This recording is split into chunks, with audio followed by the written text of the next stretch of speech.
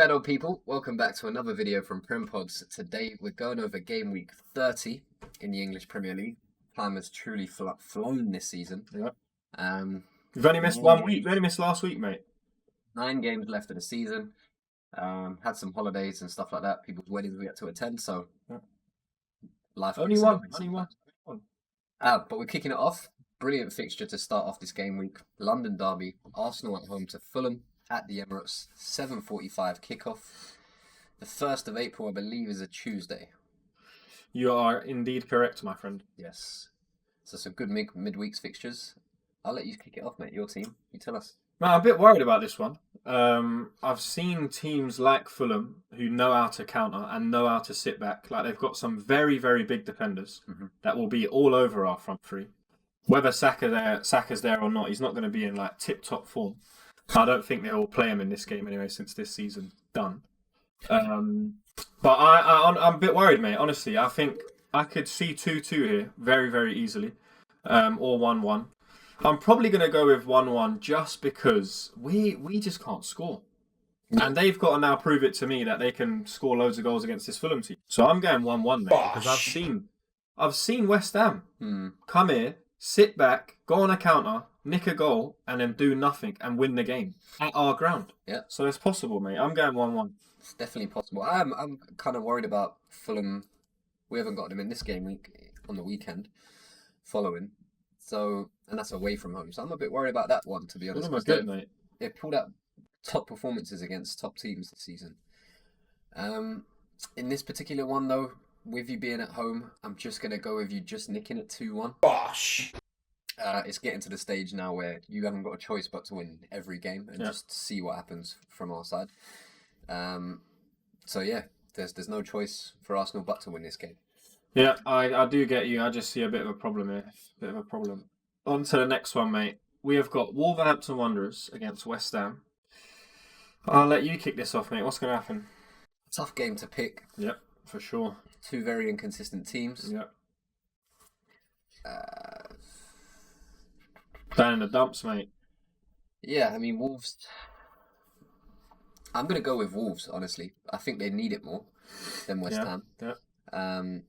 I don't think West Ham are in as much trouble as Wolves. They're quite close in league position, but a few points, yeah. I still don't think points. 8 points between them, yeah. Wolves now should be just looking to create that gap between themselves and the bottom 3. Yep. They're lucky, in my opinion, that quite a few teams this season, actually, Tottenham United included, are lucky that you've got 3 teams that are not great at all. Ipswich, in my opinion, the best of them 3. Yeah. Even when they would have been. Did they come up in playoffs? Leicester won the league last year. Yeah, they must have. Yeah, they must have. Southampton came up in playoffs. I can't remember. Anyway, but Southampton easily the worst, if not one of the worst, if not the worst team in Premier League history. And they're going for it, mate. If they pick up 4 points in the next 9, then they'll be equal with Derby County. But if they get any less than 4 points, they're the worst team in Premier League history, mate. And that is, they've conceded 70 goals. I mean, they've got 9 games left. Yeah, they've got 9 games left, yeah. Well, I mean, they could go minus 100, or they could just nick. 5 draws is what they need. They're easily going to get to 80, 85, I would say. Yeah, but this is not good, man. This is not good for them at all. Definitely not. Sorry, back to, I was rambling on a bit there. Back to, that's the reason that Wolves and other teams are going to get away with it this year, because of the other 3 teams. Yep. But they need to create some space, so 2-1 Wolves. Bosh! Short and sweet, which it really wasn't, but yeah. I'll keep mine short and sweet. It's about 10 seconds long. This is going to be a Desmond, mate. Bosh! Complete and utter Desmond written all over this. And whenever I say Desmond, back 1-1, basically. Because it's boring 1-1. You get just me? Draw. Desmond. Draw's Yeah, back a draw. These teams, again, like you say, they're not going to get pulled into it. Their league position suggests they will, but if you look at the points, it's like, it's too far. And those teams have to win as well, right? Yes, exactly that. So yeah, I think they'll both probably stay where they are. Everton might get pulled back a few places if these lot start to win, so I don't think much is going to change for Wolves or West Ham to the end of the season. But yeah, we'll move on, mate. A club who no one thought would be this high up the table. Absolutely. And another club who didn't think that would be that low down the table. I've got to scroll down to see United, and then to see Forest, I've got to go back up again. So United fans will not be happy about that. United sitting in 13th, Forest in 3rd, 10 league positions, mate. Crazy. This sounds like an FA Cup game. It does. You know, like when United are playing Preston and they're 12 league places, but this is an FA Cup game, mate, for these Forest lot. I can't see United doing anything in this game. Forest are too strong as a unit. My only worry is that a couple of them have gone off to the England camp, come back, which means they didn't get a rest the same as the other players.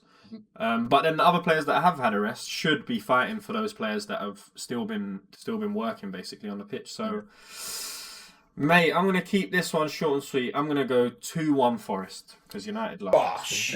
I am going with Forest as well. I'm going to keep it even shorter and sweeter. 1-0 Forest. It's a good scoreline that they've put up with a few times this season, Forest. Just getting an early goal, being very compact, being very strong defensively. Sometimes nicking the second, but not always needed to. And you're probably not going to need to against United, to be honest with you, if their normal play resumes, because they only play good against us, you and City. But again, Forest are now the top 3 team, so they might pull a performance out of their ass because it's the top 3 team that they're playing against. Yeah, it's true. It's true. Well, they're not at home. Which They're not is a good thing. That's better for United. Yeah, that's what I'm saying. It's better for United, isn't it? Absolutely. Way better for United. I think their home form is 12th. It's dreadful, and their away form is what?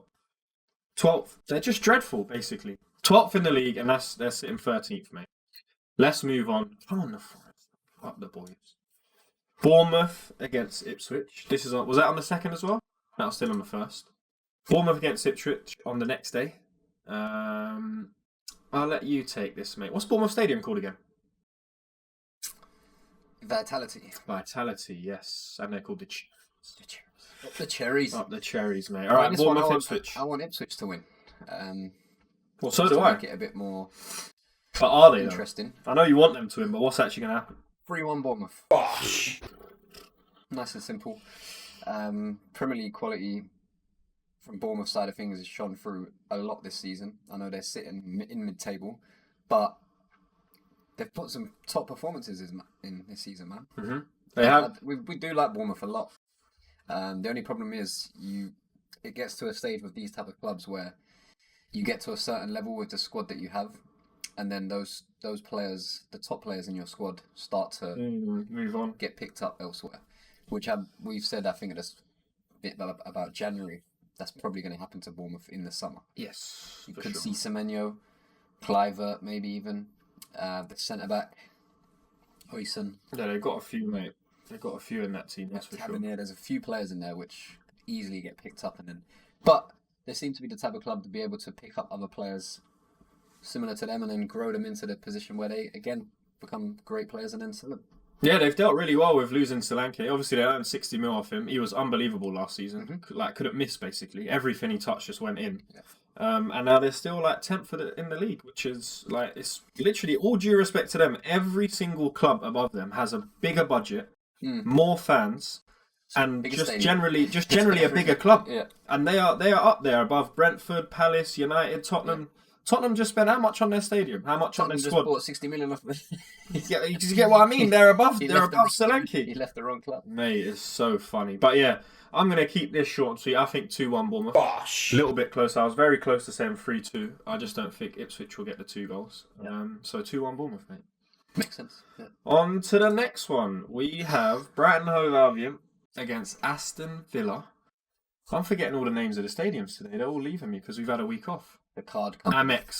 Amex. All right, cool. And they're the Seagulls. It's all coming back to me. Yeah. 7:45 on the 2nd as well. I'll let you start this, mate. What's going to happen? This is a difficult game to pick, and because of that reason, I'm going with my first Desmond of the week. I'm going 2-2. Yeah. Brighton are very hard to predict, honestly. They are. They have been this season a lot of times. Very good squad, in my opinion, of young players, hungry, that are wanting to more than likely go on and do better things, similar to Bournemouth. And Brighton are a club that are happy to let them do that. Mm-hmm. It's good business. Mm-hmm. They've done unbelievable business over the past few years, Brighton. Yeah. Picking up South Americans for 4 or 5 million. 3 years later, they're worth 60 million to 100 million. Yeah. That's just, how could you say anything bad about that business model. It's brilliant, I can't lie. And they seem to be good players as well. And if they manage to just keep, like we're saying with Bournemouth, stay afloat and don't get like, if you lose the top players, don't get relegated next year or something like that. You know, stay competitive and just keep building that and then eventually you might do what a Forest are doing and end up in Champions League, and then that could propel you to now we're going to keep some of our top players and buy as well. Yeah. So it could just change the mindset of the ownership. I get what you're saying, mate. But 2-2. They're a point away from City, bear in mind. Brighton. Yeah, Brighton are a point away, and Villa are 3 points away. So this is massive for them. I'm actually going to back Brighton, mate. Yeah, Brighton are 7th and Villa are 9th. Yeah. Villa's away form hasn't been that good this season. I think they're like 14th for away form, whereas Brighton's home form is up in 6th, so they move them up one more spot. So I'm going to have to go 2-1 Brighton again. 2-1 result. This game will probably be very tight, and I think Brighton might nick it, to be honest with you. I'm here. Yeah. On to the next one. Oh, of course they've got someone in the flipping relegation scrap. Man City against Leicester City. Another club, let me just mention, who's conceded 65 goals this season and only scored 25. That's the goal difference of minus 40. Yeah? They're on minus 40. Yeah? That is dreadful. They're on the same points as Ipswich. 55 goals scored. They scored the least out of this. Everyone else. No, obviously Southampton scored 21. Oh, okay. And conceded 70. So they're on 49. Quick maths that as well. Whipping boys. Oh, they are the whipping boys, mate. I'm actually going to go 3-0 City. At home. They should dominate this game. Where will this push them up to? Yeah, it'll push them above Chelsea. They get a win here. Goal difference is pretty solid. Chelsea's goal difference is alright as well. They haven't conceded as many as I thought. Yeah. But yeah, 3-0 City. I was going to go with that, but just to be different, 4-0. Yeah, not much to be said about this one. City will be added to their goal difference and taken away from Leicester's. Yeah, I think anything else would be a big surprise. Yeah. Draw or Leicester win would be unbelievable, basically.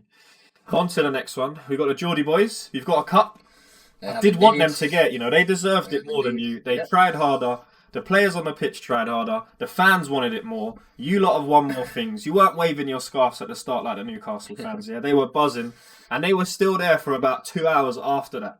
They wanted that trophy and they got it. So fair play to them. And I like when underdogs win, to be fair. So I wanted Newcastle to win. Yeah. You lot got loads of cups. They did. Absolutely, on the pitch. They deserved it. Oh, 100%. They played way better. Isaac again. Just everywhere, bro. Isaac. Listen, that's not. We do this often when players play well against us in a one-off game. Nunes, for example, Minamino, we buy them. You got to win it. Buy this geezer. 150 mil. We were willing to spend 120 mil on Caicedo. Yeah, you should be. Caicedo, a centre mid, a holding midfielder, not an attacking midfielder. Mate, honestly, with that, obviously Haaland's been off the boil. He's the best striker in Europe. We have the best league in Europe by far. That's not in doubt, innit? That is not in doubt. Yeah. He is the best striker in the league, which means he's the best striker in Europe. So why is he not at a top club playing Champions League football? It took time. He had to go to. He played out in Spain. Yeah, he's got tech though. That's where he got the big move to Newcastle. He's got tech and he's slight and he knows how to move and he can finish. This is a proper number 9. We haven't seen this in years, mate. That's my kind of problem with him. I know, and somehow. I don't know. One thing before you say what you're going to say, because I think I know what you're going to say. Why does he get tired after 70 minutes every game? There's that. Well, yeah, he's not a massive physical presence. He's strong, but he's big, gangly. He's tall. Yeah. So when I say massive physical presence, he's not bullying people, in my opinion. He does the right thing, though. Yeah. He puts himself in between the two centre-backs and causes them to make a decision, which is normally wrong. If anything, he doesn't make it a physical battle. No. He makes it technical. His intelligence. Yeah, he makes it technical. Little flick round the corner and he's off. Then you're chasing the ball and he's gone. Yeah. Or just creating a yard to just be able to get a shot off. I like them. Guimaraes, I love the passion. I don't like him when he plays because he plays a bit too over the line. But that is kind of how I would play football. He celebrates throw-ins in that, man. Yeah, it's fun though, isn't it? It's good fun, isn't it? But all of our players, as soon as they get a corner, they're like this to the fans. Your player, yeah, he would be brilliant. He'd be brilliant for us. Yeah. That's all our players. Odegaard just snotting his hair. Guys, someone sips a pint in the crowd. The Arsenal players, they're buzzing, mate. But yeah, anyway, back to this game. Newcastle, well done on getting your cup. Yep. I think you will continue this. I don't think. I think you can push City and Chelsea in it, but these are the games you have to win. Mm-hmm. And unfortunately, I'm going Desmond. Gosh. Just because I think after that massive high, they'll get brought back to reality. Yes. This is what this one does to you. Thought process. You are coming back. It's my exact thought process. For that reason, it's 2-1 Brentford. 2-1 Brentford. Even though they've been one of the worst teams away from home they're this season. dreadful. Oh, they're not now. They're 11th. 11th? Okay. Yeah, not I too think bad. there was a time though. Oh, there was a time they were like was top 18th, mate. That shows you how time flies. Because That was probably last season. yeah, I think them and Southampton, but they were on the other side. They were the best team at home. They were one of the best. Yeah, they were up there pushing Villa for it. Yeah, So, I think that might have been last year or the start of this season. Yeah, you're right. Yeah, so a shock performance, a shock result actually, but again, similar along the lines of you. You have these big highs for a football club like Newcastle, first time in 70 odd years. Yeah. Are you going to care that much? You're going to lose the next game? Nah, no one's going to care. It's morale's high, spirits as are long as high. you get back Yeah. the next game, Yeah, I don't think it'll be that big of a problem. yeah. Obviously, international break players can be a bit leggy, so there is that as well. But yeah, I'm going with your thought process. So 2-1 Brentford. Fair enough. Up the bees, mate. Come on, Brentford. On to the next one. Southampton, the worst Well, Nearly. not yet the worst football club in Premier League history. Against Crystal Palace, a very, very, very solid side who have managed to stay up in the Premier League for years. When everyone thought the club's not good enough, the team's not good enough, they've only really had like 2 standout players that have done well for them.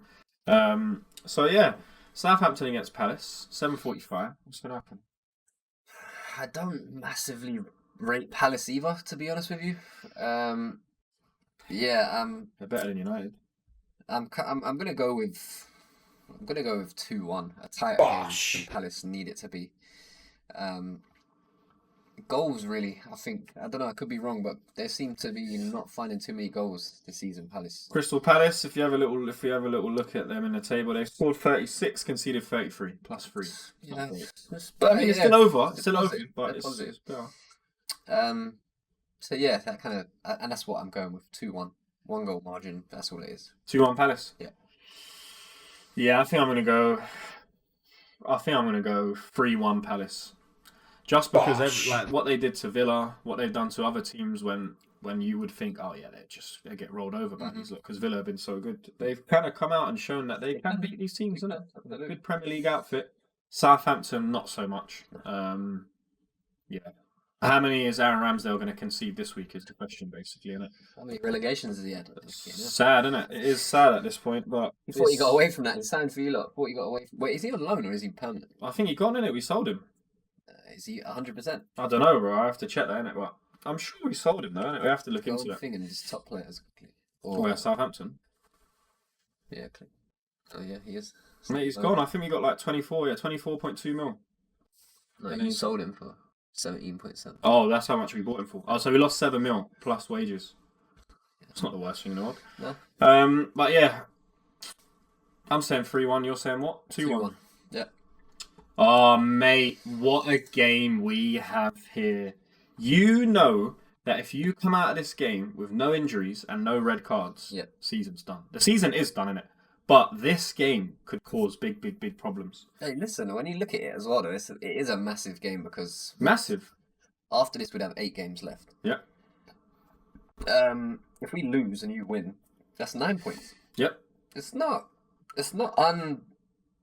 completely unrealistic. We'd have to fall off a big cliff, and I think this is one of the hardest games that we've got for the rest of the season. Probably. But it's at home. Yeah. We should have beat them. We were kind of. It was a fair result to draw at Goodison, but the way it happened, literally the last kick of the game, you're like, oh come on, we could have won that game. Great goal. Loved it. I'm going with they're not going to find that equaliser this time. They're not going to find the last minute equaliser. 2-1. They could score. I do believe they will cause us problems, but being back at home, the Anfield crowd, that is honestly what I think is going to just be enough to get us over the line in this. Yeah. Mate, I'm going 3-0 Liverpool. I was very close to a Desmond, but I just think, like, you know when you play at Goodison Park, the stadium's proper close and that, everyone's on your back, and then you actually go to your ground and the quality shows, innit? And it's happened many a year. Like, there's been times where Everton and Liverpool has been very close at Anfield. Don't get me wrong. Phil Jagielka scored screamers from when I was a kid and that. Remember the Origi thing? Yep. Van Dijk smacking He went up in the air, fell down. There's madness that happens. Only Pickford could that happen to, honestly. Oh, yeah. No other goalkeeper would that happen to. Probably right. But I think 3-0 Liverpool, just because your quality will show.